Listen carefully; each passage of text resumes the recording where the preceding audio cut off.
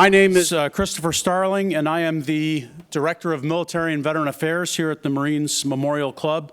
On behalf of Major General Mike Myatt, our CEO and President, and also on behalf of the World Affairs Council, with whom we're partnering, we welcome you to the Marines Memorial Theater to join us for this very special Meet the Author program. Moderating today's discussion is my good friend Joe Felter, retired Army Colonel, PhD, member of our Board of Directors here at the Marines Memorial, and currently holding positions as a fellow at both the Center for International Security Cooperation and the Hoover Institution at Stanford.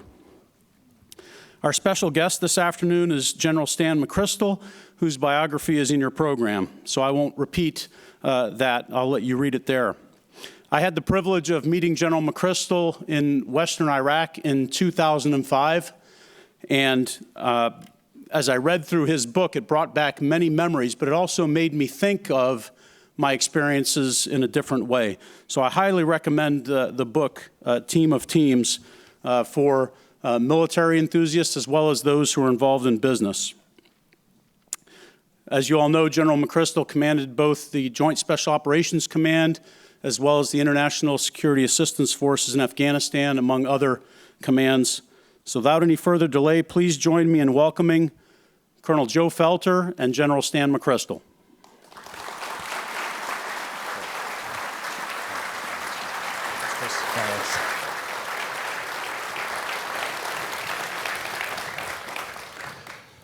Well, General McChrystal, I know it's Stan these days, but if you'll forgive me, I'm going to have to go with the compromise of General or Sir for today.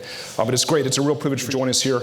So I want to start out with a quick story about my first time meeting you. It was way back in 1989. I had just gotten assigned to the 3rd Ranger Battalion. Came out of Korea, was in pretty good shape working with Dave Grange over there. So I thought I was a pretty fast guy, 23 years old, 24. So we had to do a PT test our first day, and we're out there running, and I'm sprinting, I'm out front, I'm thinking I'm gonna finish about 11 minutes. I know the Marines do 3 miles, we only do 2. And so I'm coming to the final stretch, I'm about to hit 11 minutes, all of a sudden this fury goes by me, this guy whizzes by me. I go, who was that? I said, that was Major Stan McChrystal, the S3. He's an old man. He must be 33, 34 years old. So that was my first meeting with General McChrystal. And sir, as we all know, you have not slowed down. Your entire career, you've led from the front. And this book is no exception. So let me start out, sir, with a general question. It's kind of unusual for a 4-star general to write a book aimed at the business community. Why did you write Team of Teams? What was the intended impact of this book? Yeah, I'm going to hijack it for a moment and talk about Joe, because the person that interviewed me is not just an individual up on the stage. He's a friend of mine, which is always a good move when you're going to be interviewed. But I asked Joe if he would come to Afghanistan and lead something when I was given command in 2009, because the situation was very, very difficult, and I thought we needed to change our entire approach to how we were fighting the war. And so I asked Joe if he would come over and lead something called the Counterinsurgency Advise and Assist Team, which is really an effort to change the culture of the entire coalition force there, which was an extraordinarily huge task. And it's a task that isn't standard. You don't normally have a counterinsurgency advise and assist team. And so you need somebody to come in and take this disparate group of personalities to try to change the focus of a force. And Joe did that without any hesitation, came and took an extraordinarily difficult job and did just an amazing. So I'm deeply in his debt. After he left the service, he went out and got a PhD. And of course, he ran into me and kind of lorded that over me. He says, I've got a PhD. And I said, I had a PhD once when I was younger, but I got a shot and I cleared it up. So Joe. All right, well, sir, if you watch the movies, go to any bookstore, you have a pretty good understanding about the Navy SEALs. That's a joke. But there's a lot more people on this team of teams. So could you kind of talk about the teams that made up this team of teams, in as far as you can share with this Sure. team? My background was a combination of conventional military and then special operations. I'd been a Green Beret when I was young. I call it my misspent youth. And then I got in the Rangers, and then I was part of an organization called Joint Special Operations Command. And that organization was created after the failure of the Iran rescue mission in the spring of 1980. And many of you will remember we tried Operation Eagle Claw to go into Tehran and rescue Americans held hostage in the embassy in one other location. And it was a really difficult mission, almost by definition. But in 1980, it was even more difficult because the American military coming out of Vietnam had a lot of challenges. And so this very complicated operation deep into Iran ended up failing for several reasons. But at the end of the day, when they deconstructed it, very simply, it was Navy helicopters flown by Marine pilots linking up with Air Force cargo aircraft carrying Army commandos, none of which had ever really worked together before. So you're asking an ad hoc organization of really good people to pull off something that was extraordinarily difficult to do, and it failed. And so in the wake of that, they did the Holloway Commission, and they studied the problem, and they said, what we're going to do is create an organization to have the ability to do things we think we're going to need to do in the future. This is just a little bit after the Israelis had gone to Entebbe in 1975. And you remember there's this feeling that terrorism and other challenges are on the rise. So the idea was to create an organization that could do counter-hijacking, hostage rescue, and very specific raids. And so they took this organization and they made it a standing task force, and they put Delta Force, SEAL Team 6, the Rangers, Special Operations Aviation in it. And it was specially selected people, lavishly resourced, exquisitely trained, pulled together.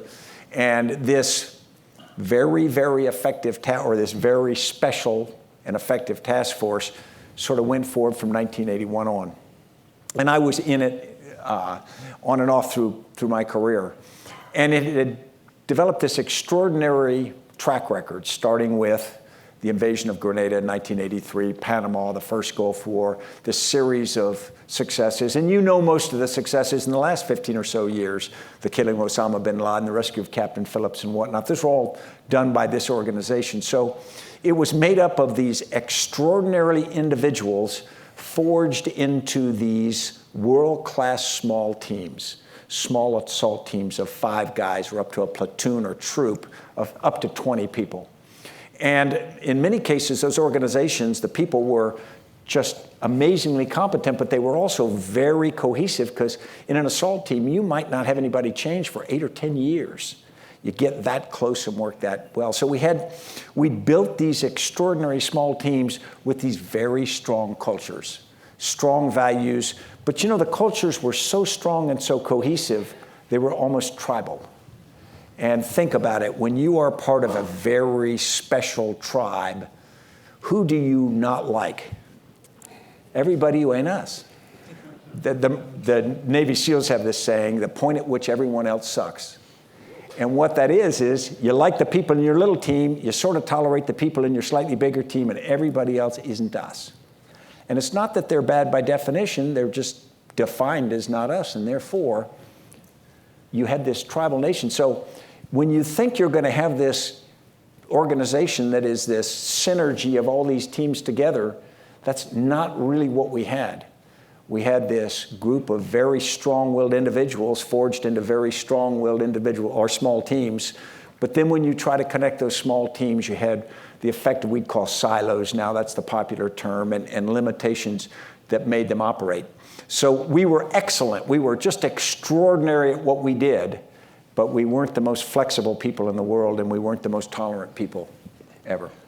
General, much of your book uses your experiences really building JSOC, the airplane or the space shuttle, as we used to call it in flight. Could you describe how you viewed the threat when you came to Iraq? Was it late 2003, I believe? How did it evolve and why? Yeah. And I didn't build JSOC. I joined it when I was young, but it was built. It was extraordinary when I took command of it. And that was the good thing. It was extraordinary. I didn't have to go make it extraordinary. The bad thing was it was extraordinary, and everybody in it knew it was extraordinary. And so there's a certain, we're going to change. No, we're not. And so when I got into Iraq, you remember we invaded in the spring of 2003, and regardless of what you thought about the political decision on that, it looked initially like it was going to be sort of easy. We were going to go to Baghdad, take Baghdad, not a tremendous amount of fighting doing that. The Saddam Hussein government fell. But the assumptions upon which the invasion was based was that we'd be able to hand the keys over to a new government, we'd be able to let Iraqis take over, and that life would go on pretty quickly, were just wrong. They were just misplaced. And so what we found was the chaos of the initial invasion gave way to cascading chaos. Because if you think about it, Saddam Hussein held together the country sort of with chewing gum and baling wire. And Baghdad, which had electricity for most of the day, got it by sucking electricity from more rural areas. And so when we came in and looting started and whatnot, and the infrastructure collapsed, suddenly you have people like in Baghdad who in 120-degree heat have no electricity, which means no refrigeration, which means no air conditioning, which means no fans, which also means no sewage. And so put yourself in a city with all of those, no sewage, and then a breakdown of law and order, and this fear that if you were particularly on the Sunni side, that all of the things that took care of you before, the apparatus of government, are now going to give way to Shia governance. And if you had a job or a pension, that's gone. It's just evaporated. So put yourself in that position and put yourself in this hothouse of that, and then suddenly say, how do you start to react? And you might be tolerant of the invasion initially, then pretty soon it's almost like being boiled in your own discontent. And so by the fall, the discontent had started to go first into disparate violence, and then it started to morph into strong opposition, first under some of Saddam Hussein's former generals and Saddam Hussein, who we captured in December, but then it morphed into al-Qaeda in Iraq, led by a guy named Abu Musab al-Zarqawi. So we looked at this problem initially, and initially we said, well, it's Saddam Hussein and his generals, and we capture them, and the problem will likely go away, or hopefully go away. But we had doubts about it. And when we did capture him, there was this moment, you remember in December, that we got him newscast, which I thought was a mistake. We shouldn't have said we should have said Iraq got him. But we got him, and then suddenly we thought that the violence went in, but that was almost at the same time we realized that a guy named Abu Musab al-Zarqawi, a known terrorist leader, was in Iraq, and he was building a network. Now, when we looked at that network and we looked for that network, we already sort of knew it existed. We looked for a traditional terrorist network. And I've described this to some people before. We looked for a hierarchical network that has people at each level with good, strong control. We have people with a lot of discipline, and we have very set ways of communicating to protect their internal security so they can't be rolled up, first by Saddam Hussein's government. Some of them had been opposition then, but particularly by what we were doing. And so when you look for that problem, it's hard to look for a new problem if you think the problem is this. If we've ever been in a situation, you say, I think this is the problem, you have a tendency, everything you see tends to fit into that mental model. That's the problem I expect to see, therefore each indicator I get fulfills that's what I am seeing. But that's not what we were seeing.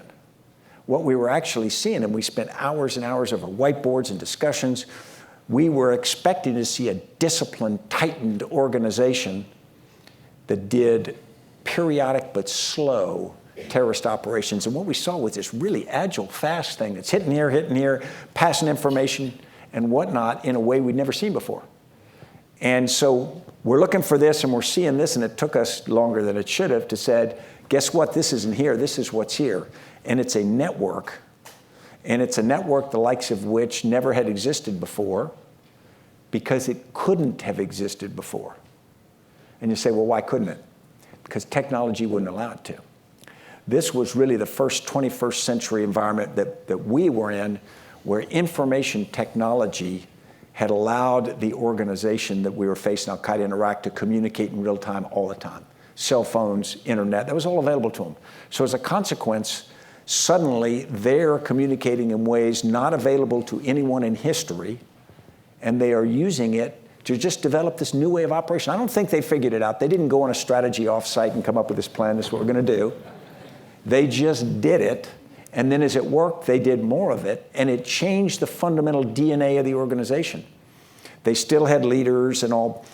Now, to be honest, we stayed pretty fixated on going after the senior leaders for quite a while because, you know, in the world of counterterrorism, that's considered the secret. Go get the senior leaders and the organization will collapse. But you think about it, that's not always the case. I was in the Pentagon before I took JSOC, and we had this operations order called 2+7. And the order was designed to get the top 2 of al-Qaeda, Ayman al-Zawahiri and Osama bin Laden, and then the next 7. And the idea was we will get special authorities and focus to go after the top 9 members of al-Qaeda. We will capture or kill them, and al-Qaeda will collapse. And I remember working through and, you know, getting something staffed in the Pentagon is its own painful activity. And I remember going through doing this, but starting to have doubts as I'm talking to guys. I said, you know, we're going to take these 9 guys out, and this whole organization is just going to cease to exist. What if we took the top 9 people out of the Pentagon? Well, the place would get better. And now, you know, this is younger guys looking at each other in the office. We say, wow. Well, we didn't say that. We didn't have that kind of courage. But that's kind of what you're thinking. You say, wait a minute, maybe our basic assumption here might be wrong. And when we got in Iraq, that's exactly what we found. Leaders matter, but they are not they don't have the same function in a moving network that they do traditionally. So as a consequence, we're looking for this, we're seeing this, we're trying to do what we're good at, because that's what we're good at, and that's, you know, you always like to do what you're good at. But what we need to do is very different. And so really about the spring of 2004, we had this period where we really had almost an identity crisis in the command. We are one thing and we're very good at it, but that's not going to be effective in this situation, so we're going to have to be something different. Well, so you may not have built JSOC, but you certainly souped it up. Well, I got to give you at least that much credit. If you look at the number of operations conducted when you started and when you left. So on that same vein, it takes a special leader to achieve what you did in Iraq with JSOC, sir. How did your leadership style develop over time? Were there any particular mentors that you credit with bringing you to this point? You know, what made Stan McChrystal the leader that he is today? Yeah, nobody will claim blame for that. You know, I started like a lot of people. The first thing you want to do when you get in a new job, or in the Army particularly, is you want to be talented or competent at your craft. I was an infantry lieutenant in the 82nd Airborne, and I wanted to be a good paratrooper. I wanted to be able to use weapons. I wanted to be in charge, because I thought I was supposed to be in charge. And so you work on your competence and you get various levels of that, but then I would take charge because I thought that was my responsibility. I thought that when it came time to make a decision, I should make it, because otherwise, why was I there? It took a while through my career to actually get to the point where I began to realize that that kind of micromanagement is actually not why you're there. You're not there to be the heroic leader to whom everybody comes for final decisions. You're not the only person with courage, not the only person with wisdom. You're not. In reality, if you put all the organization together, any leader is a tiny part of the capability of that organization. If you put all the brains together, all the courage together, anything, you're an infinitesimal part of that. And so your role is not to supplant the rest of that. Your role is to enable the rest of that. Now, it took me quite a while to get that. I would tell you, and I think like a number of my peers, I probably evolved to that. You hit a certain point in your career where a battalion commander commands 600 people, and as a battalion commander, you can just about know everybody in your battalion, and if you really work hard, you can just about micromanage that thing to success. And in peacetime, in garrison, I would argue you almost can do that, and your battalion can look very good, and you can come out pretty effective. That doesn't mean you have the best battalion, doesn't mean you produce the best leaders, it doesn't mean you've done the best job you could. But there's that temptation to do that because you can sort of shine the sneaker. And I get that part in my career I started to realize, and I had some really good leaders below, parallel, and above me that pointed that out, that says it isn't about you. It isn't about being the best battalion commander, it's being about the best battalion, having the best battalion. So you start to realize, and so as your span of control goes, what I think I came to was that's when you start to let go. It's interesting, you get more rank, you get more power, but that's the time to let go. But then we hit this crossover point. I mentioned technology a little while ago. We had this explosion of technology. Really, the first Gulf War was high tech, but it was nothing compared to what we had in 2001 and 2003. We had a glimpse of it in 1991. But in 2003, we could communicate. I could sit in my operations center in JSOC. We had 12 screens. I could watch every raid we were doing, whether it was Afghanistan, Iraq, Horn of Africa, or wherever. I could watch them all in real time, TV. And because we took our FM radio and we pumped it into our tactical internet, I actually could listen to every radio call on every objective between every sergeant and private and officer there. I could listen, and if I wanted to, I could talk. And you go, wow, now this is the micromanager's dream. I got all these marionettes, and I finally got control. But then you stop and you think, now wait a minute, I'm sitting in this headquarters, and I have this two-dimensional picture of what's happening on the battlefield.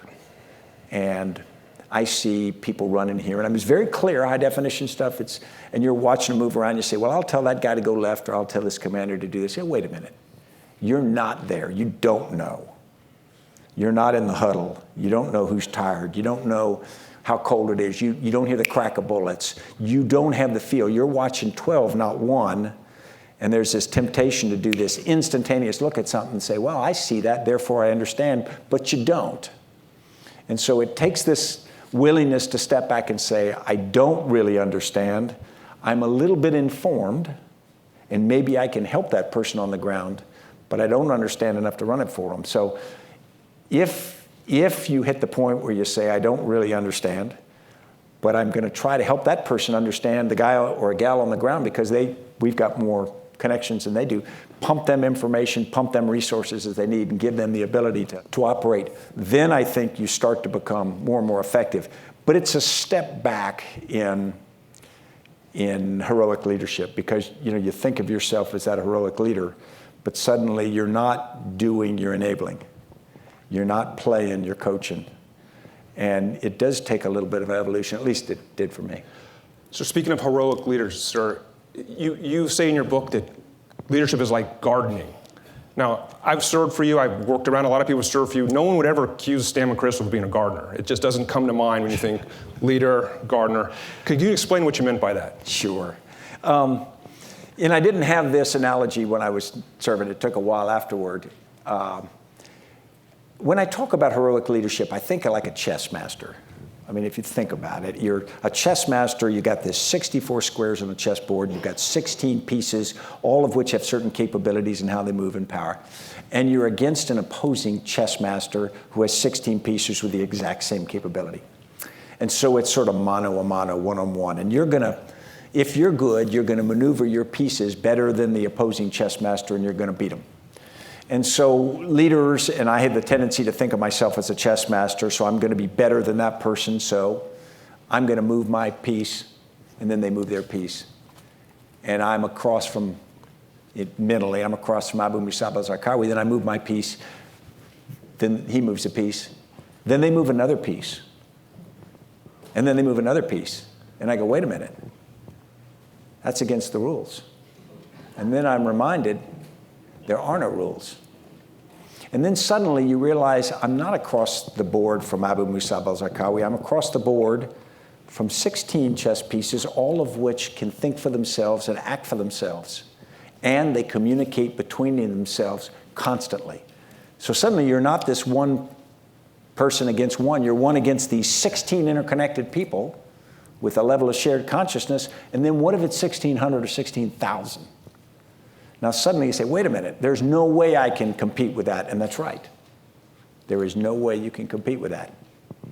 And so the chess master, which is what we sort of all grew up and want to be. I mean, look at it. We want politicians, CEOs, leaders. We sort of yearn for that person with all the answers. But I realized that was not me. And in this modern environment, I don't think that's anybody anymore. And so suddenly, well, how do you then compete with 16 or 1,600 or 16,000 interconnected, empowered entities where you got to create something that can compete with that? You got to create an entity. And that's where I came upon the analogy of gardener, because you say, well, a gardener grew some great squash. No, the gardener didn't grow anything.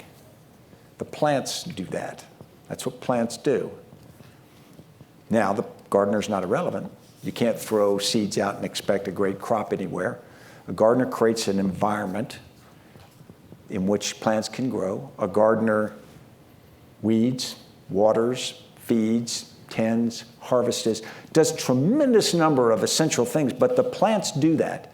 All the gardener's really doing is creating an environment which the plants can do what they do better than they would do without that help. And so now you step back and say, well, the leader's really a gardener. Well, it's not, you don't see George Washington in a gardener outfit, although that's what he spent most of his time doing.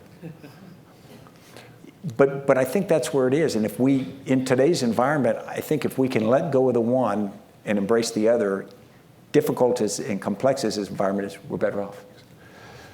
Sir, Osama bin Laden killed not that long after you transitioned.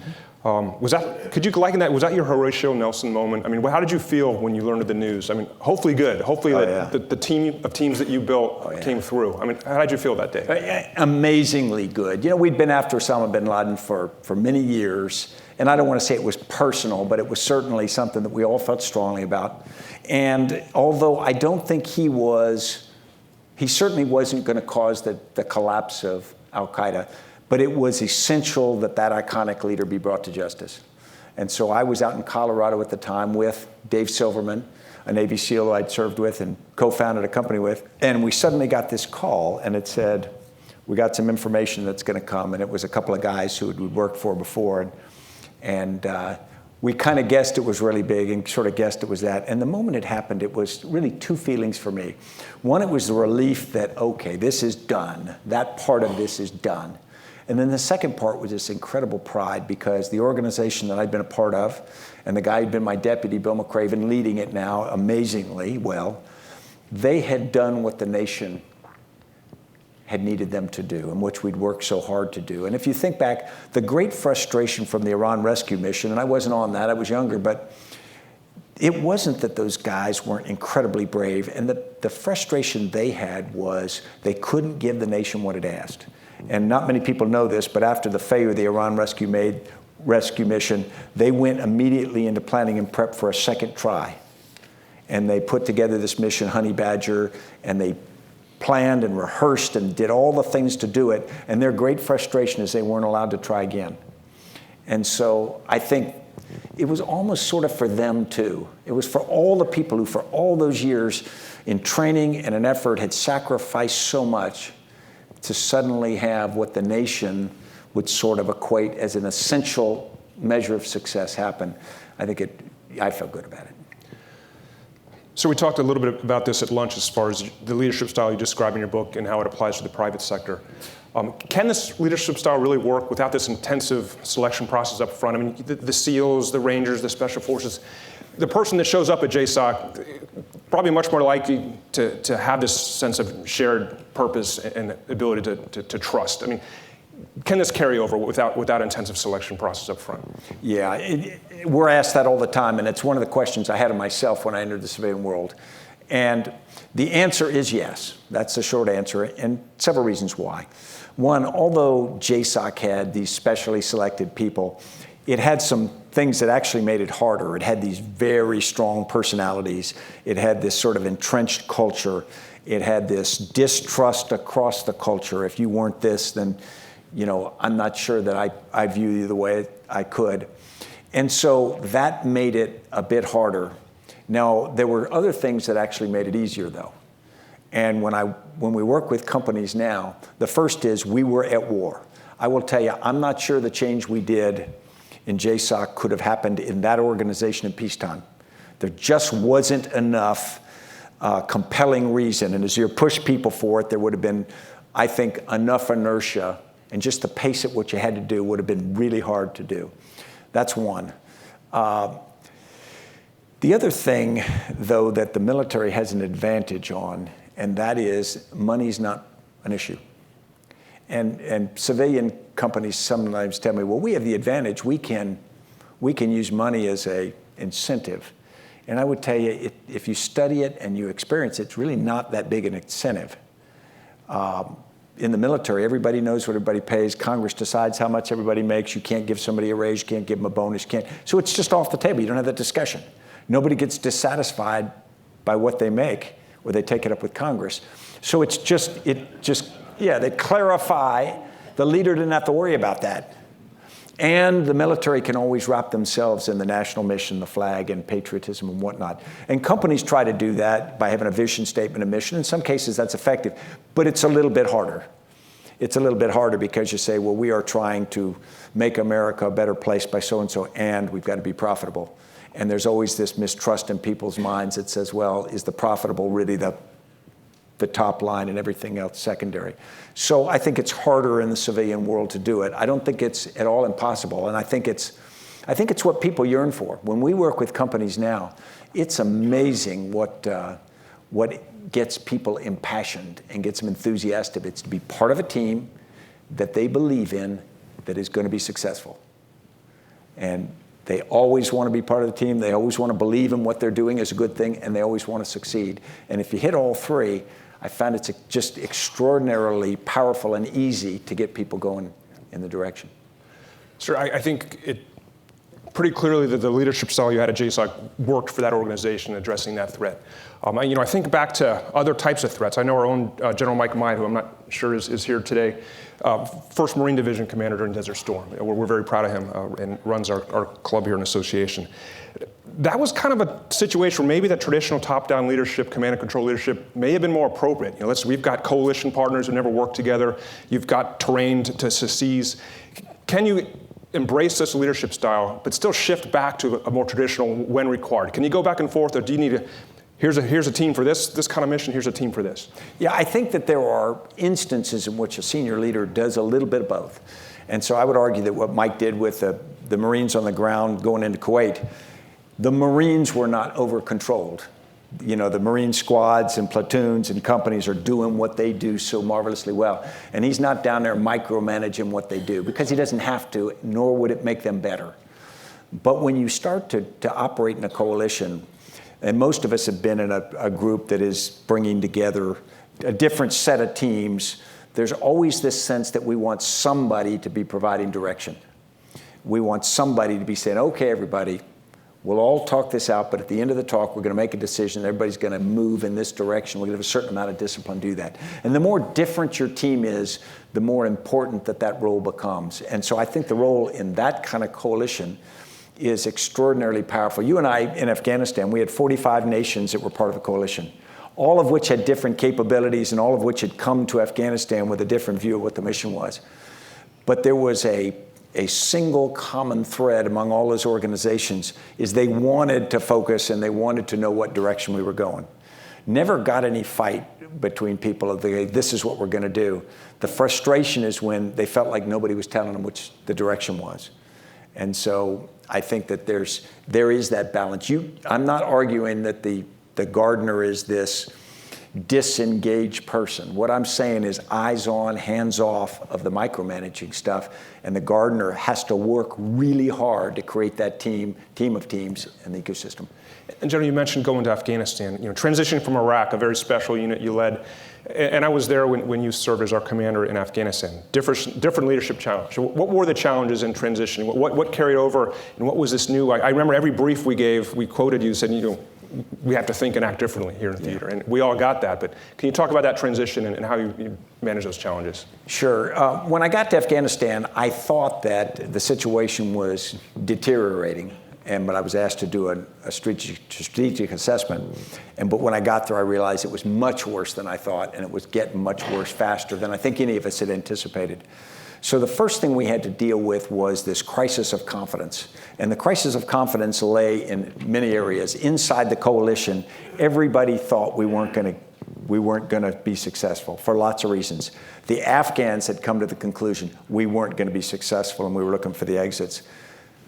The Pakistanis had come to that conclusion that we didn't have the resolve to stick this out, and the Taliban had come to that conclusion. So everybody was now recalculating what they wanted to do. The people who'd supported us were saying, okay, how do I deal with a post-coalition, post-American situation? The Taliban were saying, I can smell opportunity. The Pakistanis were saying, how do we we set ourselves up? So the big challenge when I first got there, I concluded, was to regain confidence that we could be successful, we should be successful, and we will be successful. And I was just the commander of ISAF forces. I wasn't the political leader or anything like that. So my power was limited, but I thought that this is what we had to do. And so most of my effort in the first, well, actually the whole time I was there, but particularly in the first few months, was to signal, okay, it's very serious, but it is doable, and we have got to buckle down and do it. And I thought that that's, the message I had to send, and tried to build that resolve for it. There were a lot of challenges with that, some of which are obvious and some of which are not. Some people kind of don't want to be convinced because they're already past the confidence point, but a lot of people do. Then there's this issue of dealing with the media and dealing with Congress and whatnot, because people want you to be really, really candid about what you do. So they'll come to you and they'll go, General, what's the situation in Afghanistan? And you go, well, it's very serious, and we've got to solve this problem. And they'll go, well, can you succeed? And that's an interesting moment, because it's kind of like going to that pitcher in the 7th inning who's having a little trouble, and the coach walks to the mound and says, how do you feel? Can you handle another batter? If the pitcher, I pitched when I was growing up, if the pitcher says, no, I'm done, I want the guy off the field and off the team. The only pitcher I want is the guy who says, I got it. But I want the coach to go and the catcher to go, now I think, you'd be better to sit down now. And then so you ask a general in charge of the battle, you go, okay, can you win this battle? And you go, well, I want to be completely candid, 50-50. Well, there are some former Marines in this room, and if the landing craft is heading towards shore and you're about to drop the ramp, the last thing you want is the company commander to go, I don't think we got much chance on this one, guys. Because every Marine's going, excuse me? You've got to communicate, yes, we can do this. Or it's self-fulfilling. You are going to fail. And so you end up at that thing where then you've got press and people going, well, the general is unrealistic, or he is delusional, or he's dishonest. No, he's not. He's not clueless, but he's leading. He's leading people in a difficult endeavor. And so you get that paradox of that. And so you have to lead. And that was really the first time in my career I ran into that, because I'd never commanded at that level. And so that was a challenge. And then, of course, you're dealing with the politics. And I wasn't dealing with the politics just in America. I was dealing with the politics in 45 nations. And that was very interesting. I'd have ministers, defense and prime ministers and presidents come visit, and they would tell me what we need to do. Had one prime minister come and says, I need more Afghan battalions in the area where my forces operate. And I said, yeah, well, we all do. That's what we're trying to build, more Afghan battalions. But we've got this plan, we've worked out, this is what we're going to do, and so this is what we're going to do. He says, no, I need more Afghan battalions. I said, I'd like to help you, but I can't do that. So he went to President Karzai and said, I need more Afghan battalions, who impressively didn't give him. And then he went to the press and says, we're getting more Afghan battalions. And I'd not been in that world. I said, what are you talking about? So you run, and now he was not a bad guy, but he had political imperatives from his perspective that he had to deal with, and he had to deal with domestic political constituency. But the reality was, when you got 45 leaders, all with that kind of challenge, all trying to get through a single entryway to the successful execution of an operation, it's pretty complex stuff. And so when you step back and you try to say, what is really hard is getting unity of effort in a coalition thing on something as hard as a mission in Afghanistan. So trying to synthesize some of the questions from the audience. So a lot of questions on how we should deal with specific threats, Iran, ISIS, Afghanistan, amongst others. Feel free to touch on those if you'd like, but maybe let me ask a more general question.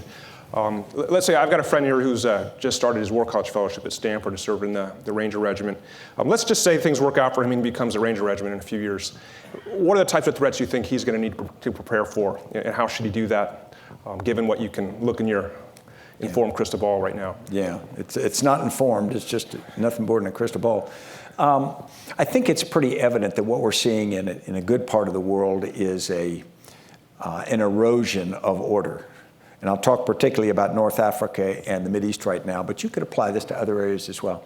And what you've had is an era of, and it may not feel like this, but in some areas you've had relative stability. The Mideast for about 40 years actually had a lot of stability. We didn't think it did, but by comparison now it does, to what we see now. So you're seeing this erosion in places like Syria, in places like Iraq, and it's contagious. There's a lot of violence in the eastern part of Egypt now. Of course, we know Libya, Tunisia have their own problems and whatnot.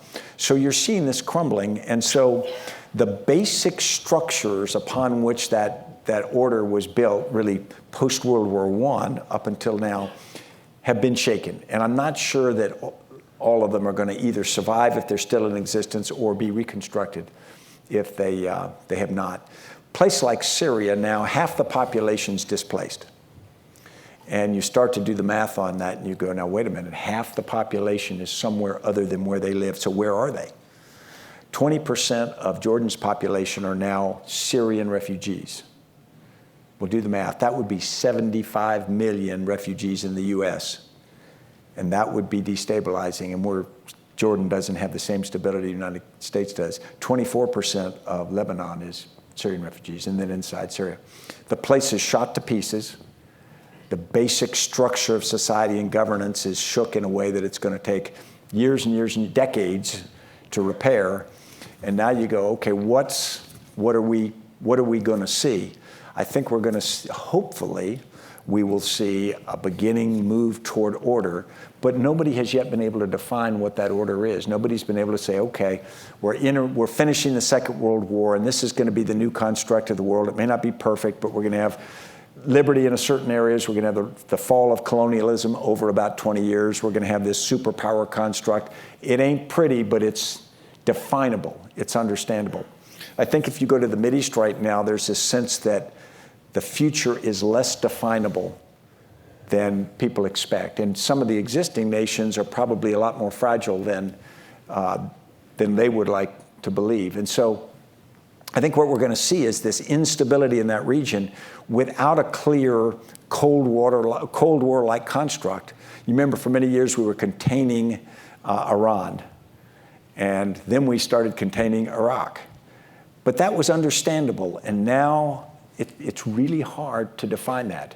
And I think that is not just in our minds, I think it's everybody. So when you talk about what the Ranger Regiment will find, I think there will be certainly, at least for a while, less willingness to use any significant numbers of U.S. forces. But the reality is we are going to need U.S. force presence in a lot of areas in at least small numbers, because the leadership role that we play is essential. And the confidence we give just by being there. Remember the old saying from the French before the First World War, were asked by the British, how many British soldiers do you need? And the French Prime Minister said, just one, and I'll make sure he gets killed. And that's really kind of what we're talking about. They want to know that we believe we have skin in the game in the region, in the stability going forward. So let's add a little levity after that pretty serious question lineup. Seems to be a lot of interest in your personal routine, sir. Anyone who's worked around you marvels at your ability to just to work seemingly nonstop. But in the interest of a little change up, can you talk about, for example, your eating habits, your physical fitness plan, sleeping? Just what's a day in the life of Stan McChrystal as far as your routine? Yeah, my wife's here somewhere. Yeah, I'll tell you what it was like and then what it's like now. When I was in Iraq, the way we did is we fought all night. We did operations all night. Then you go to bed about dawn. And so what I would do is I go to bed about dawn, sleep about 4 hours, and you get up. It's mid to late morning, and you go do PT, run. And I like hot weather, fortunately, because you get what you want there. And so I'd go and run back, and then we'd start the day, and we'd do video teleconference. And I would eat one meal, dinner meal, later in the day, and then continue on. And then I'd go do one final workout before I went to bed, a real 34 minutes on a Stairmaster, just to sort of get the stress of what had happened all night out of your mind, walk one more time into the operations center, and then go to bed and then do it again the next day. It's better now. And I still, by habit, eat one meal a day, unless I'm at a social event in which you don't want to sit across somebody at a business lunch and just not eat. But I typically eat one meal a day, and people say, well, wow, you're so self-denial. That's some kind of Zen thing. It is not. It's habit. And if you saw my meal, you'd be disgusted, because it's everything within reach. And it ends when I fall asleep. The last thing I'm stuffing in my mouth before I fall asleep. So it's absolutely terrible for you. But I'm 60 now, and if I change suddenly, who knows what could happen. So, a little bit all over the map, but given we're here in the Bay Area in Silicon Valley, I'd like to ask a question that actually solicited some questions from folks in the tech community. And Steve Blank, who's a famous entrepreneur here in Silicon Valley, teaches at Stanford and Berkeley, wrote the Lean Startup, 4 Steps to the Epiphany. I think you're familiar with him, sir. He asked me if I could ask you this question. The issue for startups is that once they succeed is how do they grow that single agile team into a larger cohesive organization while keeping that speed and agility and shared sense of mission? Have you just come up with a formula for how a startup should grow and scale? Yeah, absolutely. We're the complete right answer in the book that we put now. Yeah, that's the hardest thing. Because if you think about a startup, it is a team. And when a team grows, there's a point at which it can't be a team anymore. We all say we are team Sears, we are team whatever. But when you're 150,000 people, you're not a team anymore. Go back to how big can a team be? A lot of studies say there's a limit. What was the size of an infantry company in the Roman legions? It's 100 people a century. What's the size of an infantry company in the Marines now, the Army? They vary a little bit. It's about 100 people. That's because beyond that point, it's different. You can't know everybody. And so what we find is when an organization grows beyond a certain level, and it varies a little bit organization to organization, but it grows about a certain level, the dynamics fundamentally change. You suddenly don't know everybody. The shared consciousness and trust that exists in a small team when you're around a single table in a small room or focused on a pretty narrow problem suddenly gets diffuse. Plus, as you get bigger, you get different kinds of people. You're not all the same entrepreneurial people that shook hands to do a startup. So suddenly you're starting to go from a team to something else. And most organizations, what happens is they grow into something else, and so they need order. So we need some process. We need some discipline around here. So somebody draws on a whiteboard, here's how we're going to organize. We're going to go into these different functional or geographical sections. You're going to be responsible. You're going to be responsible for this. And they often create something that would be called based on MISI. And MISI is a term called mutually exclusive, collectively exhaustive. Now what that means is if you had a square and you divided it into a bunch of pieces, but none of them overlap, but every piece is covered, but no piece is covered by 2 people, that would be MISI. And on paper, it looks very efficient. Okay, well, here's what I'm going to do, here's what you do, and we're good. The problem's in the connections. The problem's in the interactions. That's where organizations struggle and fail, in my experience. It's not inside the small teams and the functional part of it. It's getting R&D to actually produce the product that sales knows that customers want. But often the distance between them is so great, sales can't tell R&D, what they really want is this. And then you get all the pieces in between the pipeline and whatnot to do that. And because it becomes ponderous, then you start to have mistrust. Well, those people are not building the right products. They're stupid. They ain't us. Well, the people back here are going, why can't they sell this? This is great stuff. And so you start to build that. And so what we found is the magic is trying to create a team of teams. And you can't go back to the magic of the small team. What you can do is create a team of teams in which the interaction between those teams is somewhat akin to the interaction between individuals on a really good small team. There's levels of transparency and interaction that is much greater than we're habitually used to. And modern technology lets you do this. It didn't let you 10 or 15 years ago, but it does. What holds us back is our habits and our culture. And so we can change and leverage that in a way we never have before. But those organizations which were created in the age of Frederick Winslow Taylor to be really efficient, where they used to be enabling, now they're limiting. And that's the change. So we're getting close to the end, and let me just assure everyone who sent these amazing questions, I'm going to take these and ask them to my students in Stanford, so these are not wasted, all right? But we just can't get to all of them. I tried to synthesize a few. Sir, you're a voracious reader. I know that I actually read your book, Team of Teams, as an audiobook running, and I got to tell you, it was this Pavlovian response. Every time your voice came on, I ran a little faster. True story. But I know you listen. You were always, when you were running, I saw you anywhere at ISAF listening to books. The Marines Memorial, we just established a great library here. Could you recommend a few books that we should say, hey, Stan McChrystal says, read this to many of them are veterans, young and old, that come to, just what are some books that you think should get on the folks' radar? Yeah. In your opinion? I do more of my reading by Audible than anything else as well. There are a number of ones that I've been, most of you are familiar with, of course, the classics, the Team of Teams, or Team of Rivals kind of classics, which I use to teach in my course. I'm reading The Wright Brothers right now by David McCullough. And I'd read a book on the Wright Brothers a few years ago, and I thought I kind of knew the story, but he tells a story better than almost anybody I know. And so they've just gotten a successful powered flight. And instead of just getting the story about how two bicycle mechanics get this thing into the air, you really get the story of what they were, who they were, what made them go. And so I'm very much a believer in that. If you want to be depressed, and maybe you want to be, there's a book called Bloodlands, and that is the story of the violence that happened in Eastern Europe between the First and Second World War. Because we tend to focus on the carnage that happened in Nazi Germany and partly in Stalin's Russia. But really, this book talks about all of the things, the pogroms and whatnot that occurred, the starvation of the Ukrainian population between the First and Second World War. And although it is depressing, what it does is it gives you this appreciation that we tend, from afar, we tend to look at history in these discrete events and wonder why people feel the way they do. And yet when you're on the ground somewhere, if you can develop the empathy to switch the lens and look around and really get the sweep of what's driving what they think, it's very different. And so that's one that I think is very powerful. I'm also reading another one now, a Stephen King book. I almost never read novels, but my wife convinced me to read one. And this is a book called 11/22/63.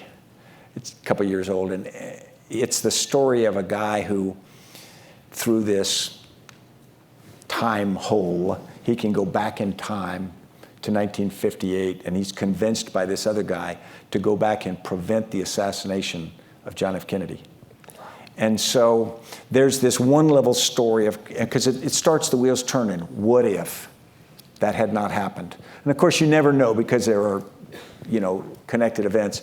But it's that philosophical story, and then of course it tells it as only Stephen King can entertain you in a book to do. So we're getting up on what may be our last question. So I'd like to take a liberty of asking this one as well. The Marines Memorial Association, it's about service. And we've got, its members are generally veterans who volunteered, raised their hand, and I'm going to serve. We know that, without the draft, that those who have served are becoming more and more insulated from society. Could you comment on maybe a two-part question? Your thoughts on that, the dynamic as those who've served, like your father and your father-in-law and his 4 grandchildren and your son. And also, would really like to hear about your initiative to expand the opportunities to serve with this national service, this Franklin Project, I believe it's called. Just love for the audience to hear about that. Thanks for asking that one, Joe. I was hoping you would. First, everybody should know, my brother is an Army chaplain for 31 years, and so it's appropriate now as I say certain things, you sort of go amen and clap. Yeah, I went in the military, went to West Point when I was 17, and people who needed discipline and whatnot, that often helps. I was right on the edge of needing a lot of discipline. But now I fold my underwear in my dresser. Now you probably go, why? There's no good reason except I was taught that that's what you do, and I do it by habit. Now I have this list of bad habits, but I have a few good habits. And I think I learned those good habits when somebody sort of guided me and forced me to do that. I entered West Point not because I wanted to serve the nation, not because I was patriotic, but because I thought being in the Army would be interesting. And being in the Army would be a bit of an adventure. And it was. But sometime during the experience, something in me changed. I think seeds they planted intentionally started to grow, and then at a certain point, it's not about me, it's suddenly about the people I work with. And then as it even get more senior, suddenly it's not just about that, it's about the nation and the idea of service. And you don't know where it comes from, it's suddenly there, and you go, wow, I sound like my father. But I think America is based on an idea of citizenship. Now, if you think what citizenship is, we let the word kind of roll off our tongue. I'm a citizen. I'm going to get citizenship, or I'm going to stop somebody from getting citizenship. Citizenship isn't a thing. It's an idea. A nation's not a thing. The United States only became the United States when people got together and decided to make it the United States. When people got together and decided we are going to make a covenant between ourselves to create a nation, and that means we are, what did they say in the end of the Declaration of Independence? We said, we pledge to each other our lives, our fortune, and our sacred honor. We kind of forget that line sometimes. We pledge to each other. Citizenship is nothing more than a pledge to other people. It says, I'll do certain things to be a part of this organization. I will enjoy certain rights, certain legal rights, certain ability to vote and whatnot. But as a consequence, I pledge to each other, other citizens, that I'll do certain things. And most of the people in this room already live this, but sometimes it's defend your nation, sometimes it's take care of people, it's different things. If we let citizenship get boiled down to the lowest common denominator, where we say citizenship is a piece of paper I have and I'm allowed to vote and I got certain rights and you can't do this to me, and we forget the part that citizenship is not just unalienable rights, but it's also unalienable responsibilities, then you start to say, well, maybe being a citizen means a bit more. And maybe the idea of service to the nation and to other citizens has this sacred part to it. But where do you learn that? You know, you go back to the Depression and the Second World War, and we had the greatest generation go through those searing events where people had to take care of each other, and then we have an existential threat to the nation, and we have 16 million Americans in uniform, and everybody else touched by the war in some way or another. Suddenly you've got this sense that I have got to be a part of this because it's my responsibility, and it's an honor to do that. And we come through that, and we plant in everybody who's a part of that some sense of additional self-worth, some sense of additional investment, because, I invested in this thing, I want it to be right. If we let that die, and we've now gone 2 generations without really asking Americans to do as much as we might want them to do, if we let that erode, then suddenly this sense of citizenship is harder to define. Why would I believe in it? Why would I do something? And you got a few people who altruistically do it just because that's in them or their family or whatever.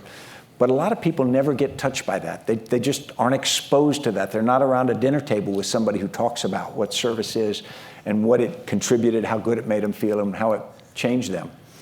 And so my belief is you don't learn that through civics class, and you don't learn that through a stirring speech or a book. I think you learn that through experience. And I think what we owe young Americans now is that experience.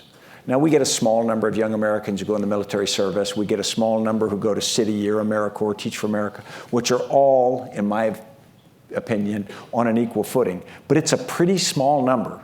There are 4 million young Americans in every year group, and the number of people who serve is probably 250,000. That's a tiny percentage. And so it's not in the DNA, and it's not necessarily an expectation. I think we can change that. And so what I'm the chairperson of the Leadership Council for the Aspen Institute's Franklin Project, and our goal is to make a year of full-time paid national service an expectation of every young American. Not mandatory, but a cultural expectation. We say voluntary, but expected. And it's got to be full-time, because I think you need that immersive experience. It can be healthcare, education, conservation. It's got to be paid, because if it's not, then only people whose families can support them can do it. And we don't want that. We want everybody to do it. And we're not trying to, we say, well, if we did that, we could do a lot of improvements in our parks. We could help in healthcare a lot. We could, and that would be good, and it will be good. But the real product here are the people who come out of it. It's the alumni. It's the citizens who come out of it. The real product is someone who had that for a year in my life. You know, people who served in the military may not have loved every day. Most of us didn't. But you know, afterward, if you really look in the eye, you're glad I did it. They go, well, yeah, I am. I'm better for it. And if we create that environment for people and that shared thing that everybody can have, I think we become a better nation. And I think we have to be a better nation because I think the competition's gotten stiffer. And so that's my cause. Well, on that note, sir, just one moment, please.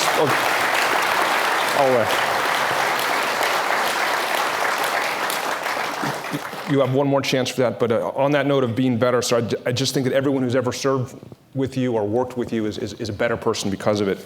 And I think this book it's really going to expand the impact of your leadership far beyond the circles of elite military organizations. So on behalf of everyone at the Marines Memorial, sir, I want to thank you for your extraordinary service, your continued service. I think our country's safer and will be safer because of it, and we all have a great debt to you. Thank you for joining us, sir. Joe, thanks so much.